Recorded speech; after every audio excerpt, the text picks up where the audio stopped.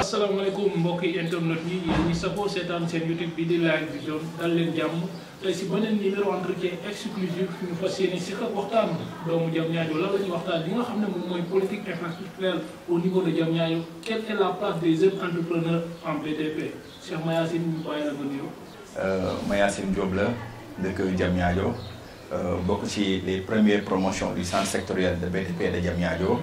Voilà, après plusieurs expériences aussi dans le milieu, c'est-à-dire en commençant déjà son première expérience, je m'en ici l'autoroute à péage, l'autoroute de l'avenir avec Eiffage Sénégal. Donc j'étais dans ce projet. L'emprise de l'autoroute à péage de Fass Mbao jusqu'à Poste Thiaroye, ensemble avec les travaux de l'autoroute du mur de clôture de l'emprise. En même temps aussi, pont Keur Massar, jaar ci forêt Mbao yépp ñoo yoroon tout ce qui était terrassement là-bas. Donc jógee foofu noonu aussi j'étais à CDE comme stagiaire. Après CDE, j'ai fait AGEROUTE aussi comme contrôleur. J'ai contrôlé d'autres entreprises comme SOGEC, CSE, de les contrôler dans ce qu'ils font dans le travail. Donc, instant où j'étais à l'AGEROUTE. Bon, pour juger, c'est la DELU CDE. Donc, depuis 2012, je peux dire que j'ai CDE avec des grands travaux. C'est des travaux qui donnent un mandat. C'est quand même un signal.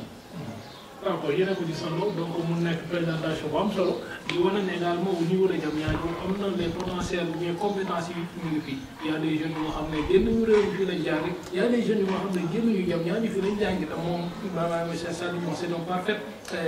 exemple muy Cheikh Mayacine Diop nekk li nga xam ne moom jeune entrepreneur en BTP peut-être loolu dinañ si ñëwaat si lan la spécialisé wu et cetera. Donc li sabab waxtaan bi du dara lu li ñu bokk muy commune Diamniadio ak li nga xam ne moom mooy politique infrastructurelle maanaam lépp lu nga xam ne wàllu bâtiment la wàllu travaux publics yi wax ne ñu ko amal nga xam ne mooy Diamniadio dëkk bu nga xam ne dafay abriter centre bi gën a ngand mën naa ne si Sénégal dëkk bi nga xam ne y a des jeunes compétents yu nga xam ne génnee nañ si école bu mel noonu ban place ou bien ban taxawaay lañ waroon a mën a am si liggéey yi nga xam ne collectivité locale bi ñu ko amal aussi Mayacine si sa biir présentation gis nañ ne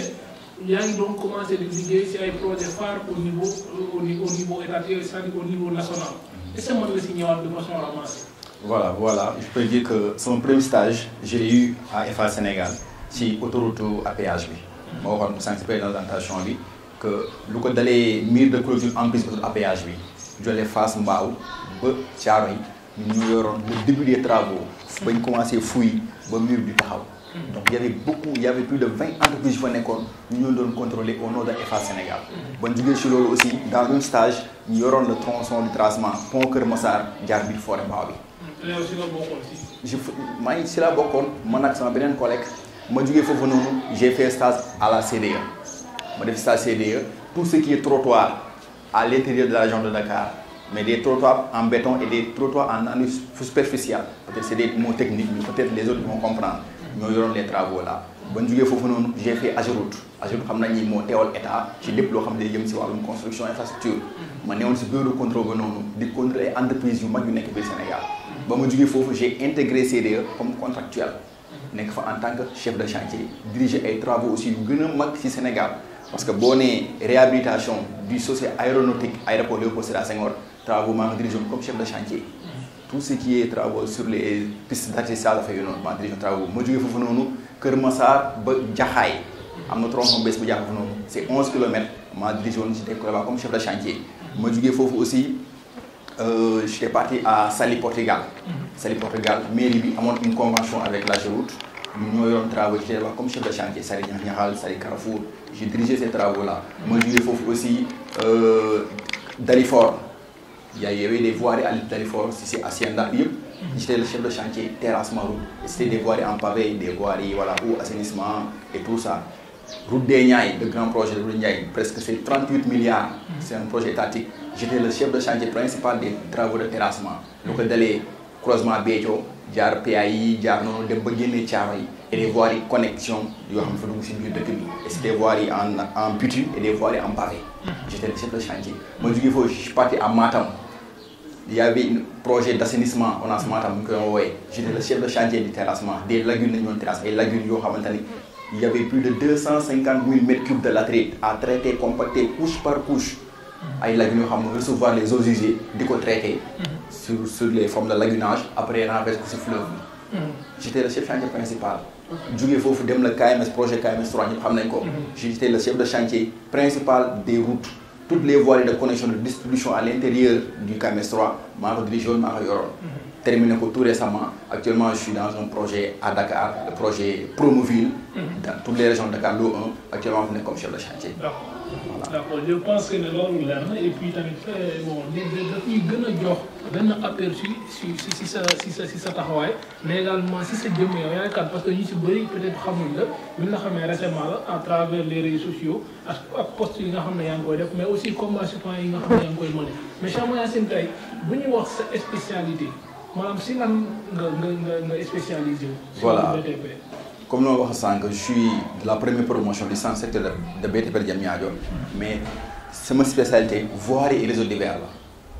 Je suis travaux publics, je suis voirie, je suis tali. Réseaux divers, quand on parle de réseaux divers, on parle des réseaux adduction d'eau, assainissement, que ce soit eau pluviale ou eau usée. C'est là que spécialisé dans cette spécialité. En même temps aussi spécialisé en géotechnique. Je suis laborantin aussi de formation. Voilà. Donc les tey ba nga demee ba am compétence yooyu nga dajale ko est-ce que tey xalaatoon nga formaliser wu sa bopp mettre en place benn structure bu nga xam ne di nga mën a compétir si marché yi nga xam ne ñu ngi koy lancé au niveau national comme au niveau local. Voilà loolu am na parce que loolu ñoo ngi koy déparé ci ba ñu def suñu première information j'ai eu l'idée de regrouper les gens qui habitaient à Diamniadio et qui étaient dans ce centre regrouper au nom d'un rassemblement la commencé rassemblement bi dafa commencé ba ñu commencé voilà ñu dox ba à la fin de notre formation. Pourquoi pas mettre une entreprise parce qu'il y a des différents compétents ñu def instance sanitaire ñu def bâtiment béton armé œuvre ñuy def aussi voirie comme ñun pourquoi nous regrouper dans une petite entreprise pour aller à la compétitivité et on l'a fait ñu créé entreprise en 2014 ñu créé entreprise bi et je pense que je peux le dire que monsieur le maire le ministre de l'enseignement professionnel Baba Diop DG Transfert était dans le comment dirais-je journée de lancement bi entreprise boobu noonu on a créé notre entreprise am suñu NINEA am suñu registre de commerce et tout ça am nañ ko donc je peux dire que taxawal nañ ko voilà. maanaam da nga ko taxawal lépp lu nga xam ne yow kese yaa ko dafa am ñoo ko bokkaloon. ba amul moo ko bokkaloon maanaam on était 11. Au départ on était 11. donc ak dama ñëw entreprise commencé ba mais actuellement entreprise bi ça tourne autour de 3 personnes. 3 personnes ça tourne autour de 3 personnes. tey nga créé entreprise en BTP. moo bay compétition yi am appel d'offre yi nga xam ne la municipalité ñu koy lancé mais également yeneen communes yi ngi lancé appel d'offre tey en tant que entreprise est-ce que am ngeen les matériaux qu'il faut tey bu ñu nee BTP nekkul ay papier yu nga xam ne c'est administratif tey laaj na ay matériel laaj na ay brouette laaj na ay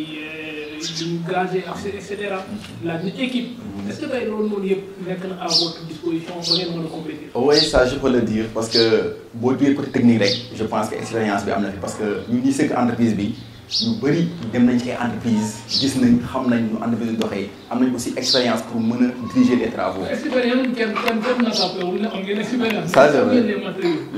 les matériels yi am nañ ko. les matériels techniques am nañ ko. parce que matériel la lay laaj xaalis la. on a de l'argent am nañ xaalis. on a de l'argent dans nos comptes. on a de l'argent boo xam ne des nañu fi quelque part yooyu noonu. le ministre de l'enseignement professionnel mu ñëwee may nañu bétonnière. may nañu 10 brouettes ordinateur.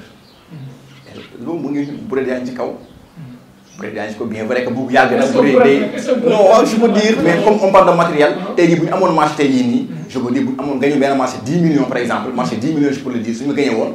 là quel que soit le type de marché ñun xam nañ fi ñuy jëlee les matériels parce que les matériels du looy posséder aussi mais da nga koy louer même les grandes entreprises am na matériels yoo xamante ni en fonction de leur marché dañ koy louer yi. donc on peut faire des locations des matériels en fonction de notre durée de travaux wala en fonction de notre travail parce que je te dis une chose soo jëndee matériel par exemple benn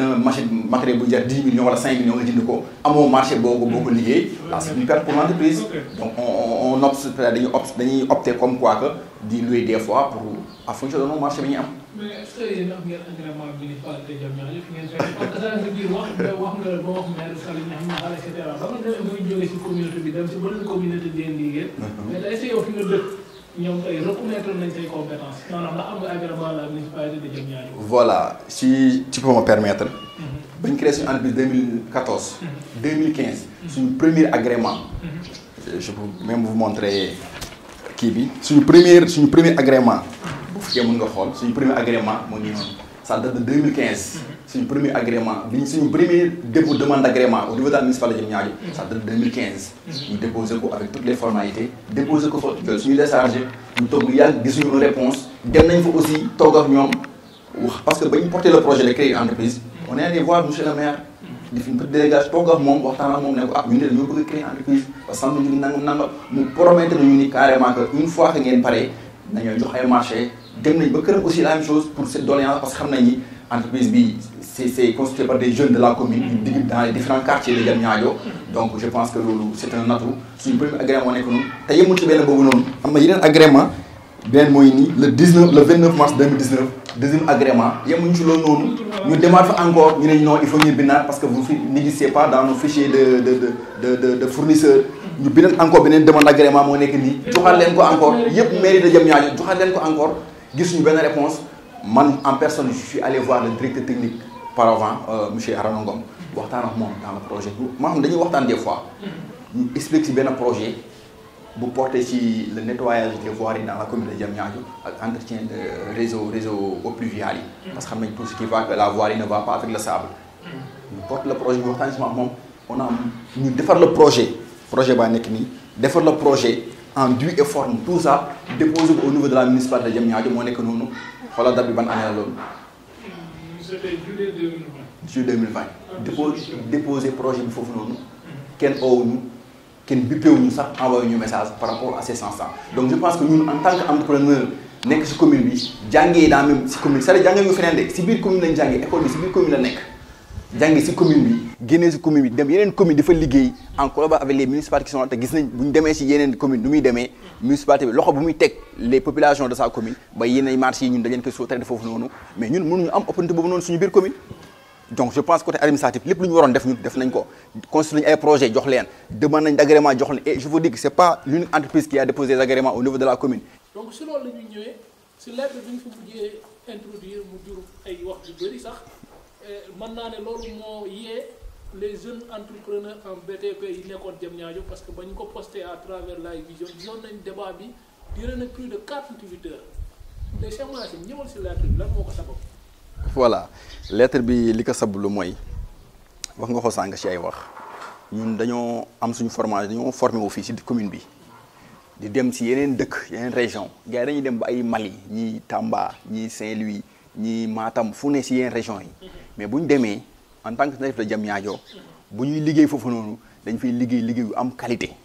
parce que y a une contrôle derrière bu ñu teg la pression ba ñuy liggéey bu qualité boobu noonu mais liggéeykat bi ñu liggéey noonu c'est pour cette communauté. donc bu ñu gisee ni liggéey bu dëgër nañuy liggéey bu baax nañuy liggéey fii nii et c'est de l'argent du contribuable mu dëgër mu baax kon ñun bu ñu ñëwee suñu dëkk yaakaar naa ni bu ñuy gis ñuy liggéeyal war na doon liggéey qualité et demain l'avenir mën nañu téye parce que nañ ñi suñuy doom nañu papa lii bañ koy liggéey xanaa yéen fekkewoo leen ko parce que yéen ay si lii ngeen jàng xanaa lii fekkewoo leen ko donc ñun on peut pas li Senghor na wax naan je peux pas rester insensible voilà face à ces yu métti yi nii voilà je peux pas être noppi ni si loo xam ne nga koy gis nii mënul nekk. vraiment et c'était pas la première. bépp travaux am si commune Diamniadio bu commencé travaux voiries yi waa DGPU financé woon mairie Diamniadio depuis le premier travaux première phase bi nga xamante ni moo jaar pharmacie Galas génn jee ci gannaaw fële na juma Tukulóor yi ok ak bi jaar bu ko Sëñ Touba jaar noonu ak bi jaar suñu voie ferrée bi nii ñëw nii. boobu laa njëkk a dénoncer la qualité des travaux yi ñun liggéey foofu noonu boobu je me rappelle bien defoon na benn point de presse par rapport à ce sens aussitôt ñu commencé régler waat yéen nii je vais faire des photos poster ko sama page Facebook comme quoi que parce que seen xoolal seen section caniveau yi ñu defar rek matul sax 60 centimètres imagine toi une fois mu ensablé wu nan ngay curer loolu nan nga noo koy régler te loolu ay problème conception la problème waxtaan la parce que l'entreprise da lay fournir ni lii laa la bëgg a liggéey mais yow mii nekk bi d'ouvrage yow mi moom liggéey bi daa naan ko non xëy na sama xaalis toll na fii mais defal li ma ko nii parce que nii moom ay arrangé parce que après yaay moom alal loolu li ñuy defal noonu bu suba yaa xëy moom yaa yor entretien bi mais toutes les caniveaux eaux pluviales yi jaar ci commune Diamniadio kenn du ko mën a entretenir. Vous avez de très bonnes relations avec le directeur des services techniques de la mairie. Oui, effectivement. De façon amicale si projet yu mel noonu. boo gisee dara ndax yaa ngi koy wone je te dis xam nga koy dem ba dem këram yaakaar naa am nga benn affinité bii nii parce que yow ma si cadre liggéey kese su ma ko soxlaa mairie bi laa jëm mais koy dem ba sos daal dem ba këram donc yaakaar naa ni teg nga wàllum liggéey fee mais yaa ngi xool entre relation grand frère et petit frère mais luy jëmale commune bi kanam si luy jëmale commune bi kanam pas benn intérêt man du ma dem kër kenn pour quoi que ce soit parce que alhamdulilah maa ngi sant yàlla. mais pourquoi on de cette question parce que moi je connais le gars en personne parce que def nañ moom ak moom entretien muy monsieur Arona Ngom mu nekk un gars bu ouvert par rapport ak li nga xam ne moom mooy discussion ak li nga xam ne moom mooy échange. donc loolu moo tax ma doon laaj est-ce que tey def na xam nga waxtaan du yem si waxtaan kese. waxtaan neex na de mais waru yem si waxtaan boobu kese daa jëf da see war a topp pour waxtaan nii yomb na mais dafa war a jëf bi moo war a firndeel loolu noonu mais ba waxtaan ni 100 fois 50 fois nga waxtaan ni benn yoon mu jëfee loolu benn yoon moo gën a important je pense bien mais waxtaan man dama koy def man je pense que je suis ouvert à tout le monde. mais tey lan moo tax en tant que technicien en tant que compétence yi nga am est-ce que gisoo ne casquette opposant bi nga am loolu tamit jéewul si combat yi ngay mën même tey xam nga tey aperçu bi ñuy am si un politicien parce que am loolu mën di wax c'est un politicien. ça c'est vrai et j'assume ça am naa fu ma bokk. mooy xaw a handicapé yow sa volonté bi nga bëgg a def. waaw gis naa loolu gis naa ni mais loolu seen réere la parce que nit boo jiitee kuréel wala ñu teg la si bopp gox yow booy jëfee wala booy déglu bul xool parti bul xool ni kii n'est pas sama militant la wala bokkuñu position wala nangam mais xool sens muy waxee parce que loolu moo si am njëriñ te ñoom erreur la ñuy def parce que chaque fois maillage bi ñuy gis mooy maillage l'opposant la ñuy gis man may opposé wu 50 ans amul ma njëriñ l'essentiel que li may wax nay doon dëgg kese rek xam nga dañ naan Olof Njaay day wax naan lu ñëpp wax mooy dëgg mais je te dis que non c'est pas vrai lu ñëpp wax mën na bañ a nekk dëgg yonent yàlla Muhammad muy nekk Màkka di woote diine l'islam ñi ko contre mu ñoo ëpp te pourtant dëgg la doon oote est-ce que foofu di nga dëggal ni ñi ñëpp wax mooy dëgg kon loolu amul. léegi yow tey ni gars yi di def parce que am na say morom bu njëkk la def ay annoncé dénoncé casse fëgg sur la table mais après di leen jël dugal leen dans le système ah bon je ne sais pas léegi après li ñu doon casse yëpp dafa mel ni race yow que tey pare nga pour rejoindre l'équipe municipale ngeen liggéey. tey jii je pourrais pas dire que pare naa pour rejoindre municipal pour liggéey wax dëgg fa yàlla maa ngi liggéey dans une entreprise une très grande entreprise même am fa ay liggéey maanaam moom tey yow nga yaa ngi gis am na ay affaires yoo xam ne doxul mais tey ku mel ni yow jàppoo ne boo nekkoon si biir si sa municipalité bi fi ñuy toogee di réunion fi ñuy toogee di nas affaires yi est-ce que du am lu bëri lu changé par rapport ak tey li nga xam ne moom xam nga loolu dama ko bañ loolu man du ma ne dama ko exclure parce que mënoo taxaw di dénoncer benn mbir naan baaxul baax ñu ne la kaay ñu liggéey nga ne non ñëw ma je fais pas ça mais tey jii je le dis man je suis un politicien damay taxaw di dégriner le mode de travail wala le fonctionnement du mairie actuel su ma doon liggéey mairie Diamniadio ce sera pas dans cette gouvernance wala fonction ki nga xam moo fi nekk actuellement nii ça je le dis wooyu fay jam koy assumer parce que en fait doo joxee bopp di rocci lamine man c'est ma position yow nekkatul affaire politique mais affaire pour defar Diamniadio bu nouveau la Diamniadio bu bees yow am ngay xam-xam am nga technique ak yeneen ak yeneen mais tey le vieux bu la woon le faire en question daf ko soxla si wetam comme conseil ak yeneen ak yeneen donc tey waroo rejeter loolu normalement non côté technique xam nga aussi loolu c'est-à-dire day mel ne ñaari face ngay joxe man tey jii su ma damay ànd ak Moulay liggéey ak moom pour jàppale si commune bi mais kon je suis d'accord avec les projets de Moulay wala fi mu jëbalee dëkk bi dama ko wala boog ma xam ne sax du nañu àtte mairie ba non c'est pas yéene maa ngi koy yéene xam nga maa ngi koy yéene lépp loo xam ne gis naa mu anormal man dinaa leen ko yónnee comme bataaxal ne ne fi attention lii ak lii su ma bëggee am information je te dis lii benn demande d'information la ça date de quand est-ce février 2021 février bi passé parce que dama constaté voies yi nga xam jàll na commune jëm jàll na ba pare te kaasoon naa ko avant mu jàll ma gis ni am na yàqu-yàqu yu bëri yu ci am j'ai fait encore le tour xool dégâts yi xool remarque yi ma def bind mettre lettre d'information demandé leen ko février ba léegi tontuñu ma mooy voies yi seconde phase bi pas première phase mais seconde phase bi xoolal suñu route bi jaabee voie ferrée bi oto yi fiy jaar chaque jour les sollicitations bi oto bi recevoir tali bi yàqu na carrément. en tout cas man ce que je comprends si yow yaa ngi mën a beneen combat de façon c'est-à-dire de façon donc da nga ko xaw a yeesalaat quoi c'est un peu. ñaari xam nga ñaan jaanu ñaari bopp jaanu ñaari bopp la am na ñoo xam benn bopp la ñuy gis maanaam l'activiste le politicien nangam mais juridiquement administrativement je fais mes démarches c'est vrai que am na ay temps yoo xam ne ni ko mën jëm ñaajo yu ci bëri ci àll bi laay nekk par week-end lay ñëw des fois am 3 jours dans les jours ouvrables si lay preuve su doon defoon yi nii maanaam taf si week-end bi ma def le tour non je le fais parce que damay gis xam c'est anormal dans ma commune te mënu ma ko supporter en fait parce que loolu yàlla koy def ci nit am na ñoo xamante ni day anormal seen kanam dañuy jéggi yàlla mais man mënu ma ko je peux pas concevoir ça parce que damay dem seen dëkk yi di leen liggéey bu baax di gis seen municipalité yi ñu defee collaboration ak les jeunes qui sont là-bas mais pourquoi ñun Diamniadio mënuñu am loolu noonu il y a des jeunes compétents je te dis une chose la mairie chaque année day débourser plus de 30 millions di former les jeunes de la commune dans les centres sectoriels mais jeunes yooyu après fu ñu jëm après ana ñu ils doivent se poser cette question ana jeunes yooyu après. waaw léegi sama machine ba am lu ma la laaj yow est-ce que maire mës na def appel d'offre booy nga soumettre sa bos. ci loolu noonu tout récemment temps yi laa jógee ci mairie bi partout en ce sens parce que da ngay romb ci Diamniadio rek gis benn liggéey démarré ma dem je l'ai posé le débat ma toog waxtaan ak ñoom dama dem directeur technique bi ñu ne ma dema ci le chef comptable ma dem fa ne ko ma amoon benn question mais parce que damay romb di gis ay travaux di am fii nii mais en fait du ma xam appel d'offre fu mu jógee ko affaire noonu ñu ne ma nos appels d'offres on la passe au journal officiel donc boo bëggee information officielle ma leen non c'est vrai c'est les procédures mais nit ku ne yaakaar naa ni booy waaliyaan daa fekk sa dëkk moo tëggul donc boo leen joxee offre di ko publier dans le journal officiel c'est vrai mais xam ngeen il y a des entreprises locales yu nekk ci commune bi parce que lettre da koy prouver ana seen courrier lettre yi wala boog bu génnee dañ koy def ci poubelle yi au moins entreprise locale yi nekk ci dëkk bi ñoom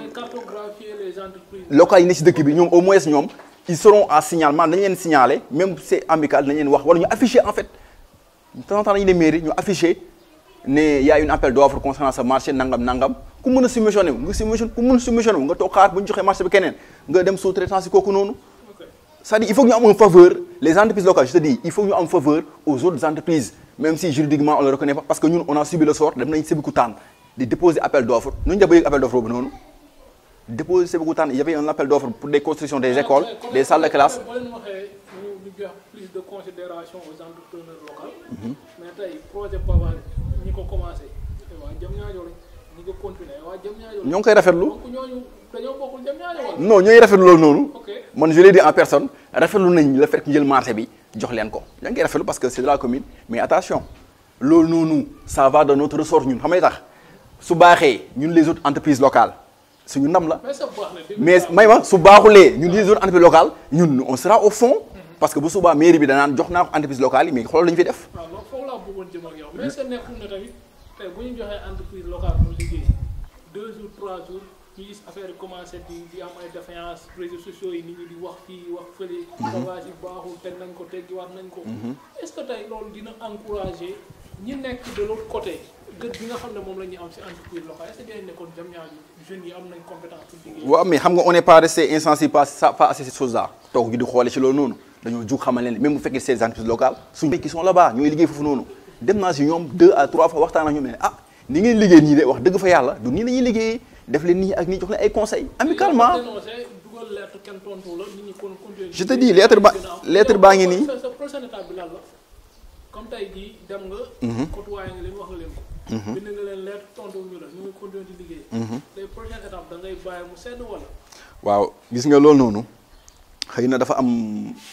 tombé dañu day war a ay gaaf tey jii man li ma xalaat nii dañuy gis chaque fois la Mayacine activiste politicien mooy wax wala mooy dénoncer parce que dañu ko tenir en considération et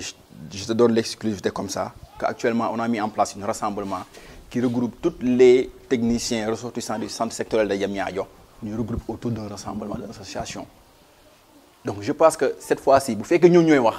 xanaa le maire yi wala la municipalité ils vont pas voir Mayacine il faut pas voir Mayacine xanaa nag léegi ils vont voir que c'est des techniciens qui sont regroupés. da ngeen a mettre en place benn kuréel buy lëkkale ñëpp ñu nga xam ne ay doomu Diamniadio lañ. ci jaar ci centre formation bi. voilà dañoo tax dañoo gumba wax dëgg fa yàlla. yéen a ko gisandoo ñu ngi fii nga xam ne moom mooy Diamniadio di dalal ñu jeune Cheikh Mayacine Diop nekk entrepreneur en BTP ñu doon waxtaan ci lépp luy politique infrastructurelle au niveau de la commune de Diamniadio quelle place pour les jeunes entrepreneurs en BTP résidant à Diamniadio. yaakaar naa waxtaan bi daanaka li si def bëreetul parce que abordé nañ point yu ci ëpp solo mais également Mayacine xamal na ne nit ñi ne au delà des postes yi muy def ci internet bi mu ngi def des démarches administratives juste pour vraiment l'amélioration li nga xam ne moom mooy suñu cadre de vie bi ñu bokk muy la commune de Diamniadio nga xam ne ñu ñëpp ko bokk te kenn mënul dem bàyyi moromam donc moom muy appel à li nga xam ne moom mooy la remobilisation des troupes mais également la municipalité ñu joxe plus d'importance ak moom critiques yi nga xam ne mu ngi koy def ou bien suggestions yi nga xam ne mu ngi koy def allant dans le sens des réalisations des différents projets yi nga xam ne jaar na fi donc projet yi fi jaar yëpp yow projet bu ñëw da ngay sànni xeer daal amul benn bu nga xam ne tey wax nga RAES parce que xam nga wax ma RAES parce que du RAES non je te dis loolu dañ koy gis ker kenn du ko suul ker mënoo ko suul boo tegee rek mu feeñaat si kawam je te dis parce que entreprise yi koy def man je les connais xam naa leen tout récemment deuxième phase bi DGPU financé gis ngeen voirie bi jugee si robinet pas Camère bi ñëw fii nii bi jugee si Kër Sëñ Touba bi prolongé dugg biir Magadane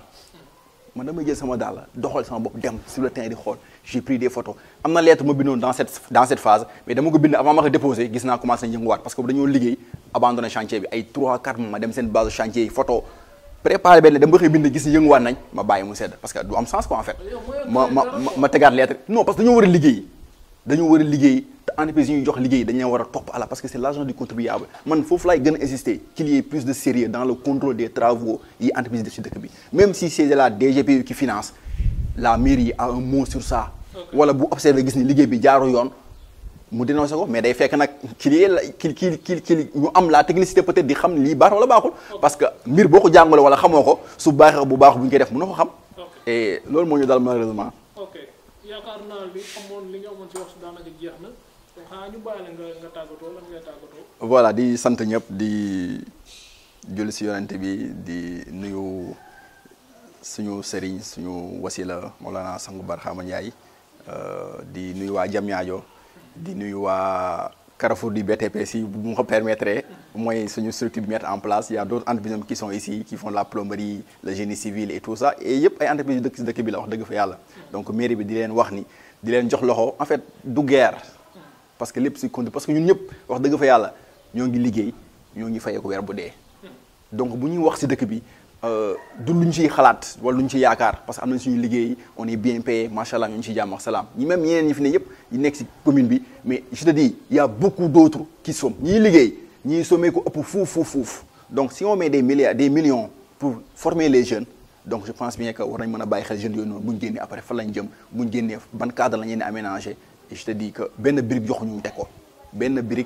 teg ko si municipalité bi te loolu ñun c'est day ressource ñun wax dëgg fa yàlla donc ñuy taalal loxo mairie bi di leen wax ni nañ jàppale les jeunes entrepreneurs yi nekk ci commune bi dans le milieu BTP nañ jàppale les jeunes yi nga xamante ni même bu ñu forme structure ñu jëm leen insérer ci yenn entreprises yi nii ci fulla ak ci fayda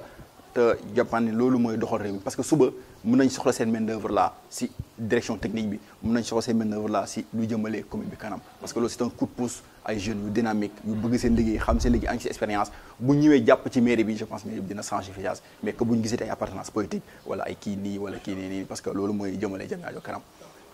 donc mbokk yéen a ko gisandoo lii ñëpp ñu doon tey seen entretien exclusif ñu àndoon ak Cheikh Mayacine Diop ànd c'est toute l'équipe de Live Vision votre portail d'information Juste Éclair de remercier toute l'équipe technique bu nekkoon derrière di ñu rendez-vous à très bientôt ici c'est Live Vision votre portail d'information Juste Éclair.